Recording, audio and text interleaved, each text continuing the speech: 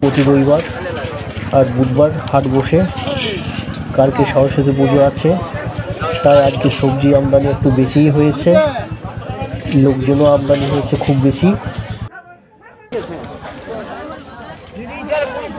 কারণ কালকে রান্না করে সবাই পরশু খাবে, আর আত্মীয় স্বজন বন্ধু বান্ধব সবাইকে খাওয়াবে, তাই একটু বেশি পরিমাণ সবাই কিনবে। দেখতে পাচ্ছেন তাজা মটরশুঁটি, গাজর, টমেটো, বিনস, ধনেপাতা। খোলা আকাশের নিচে হাট, গ্রাম্য পরিবেশে এই হাট দেখতে যেমন সুন্দর, সবজির দামও খুব কম থাকে। দেখতে পাচ্ছেন আমি সবজি নিয়ে নিয়েছি থলি ভর্তি, এখন সবজিগুলোকে বের করছি।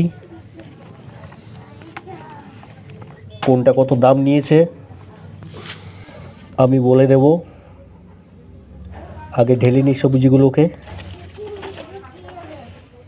দেখতে পাচ্ছেন টাটকা বেগুন, দু রকম বেগুন নিয়েছি। একটা লাল লম্বা বেগুন নিয়েছি, যেটা বিভিন্ন রকম কলাই, শিম দিয়ে সিদ্ধ হবে, যেটাকে সিজানো বলে।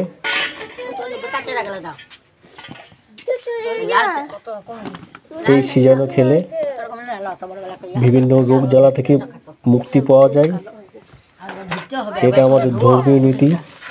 এই সিজানো সবাই খাবে। এবার দামগুলো বলে দেব, কোনটা কত দাম নিয়েছে। দেখে নিন কত সস্তা এই সময় সবজি থাকে। বিলাতি 20 টাকার,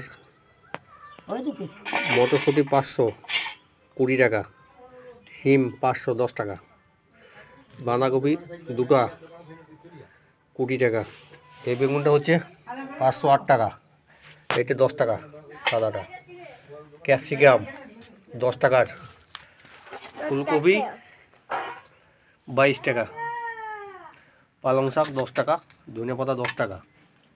আর কি আছে, বিনস 10 টাকা, গাজর 10 টাকা, মটরশুঁটি 10 টাকা, 20 টাকা। ছেলেটাও খুব এক্সপার্ট হয়ে গেছে আমার সাথে বাজার যেয়ে যেয়ে। লঙ্কা আছে তো, লঙ্কা আনি নেই।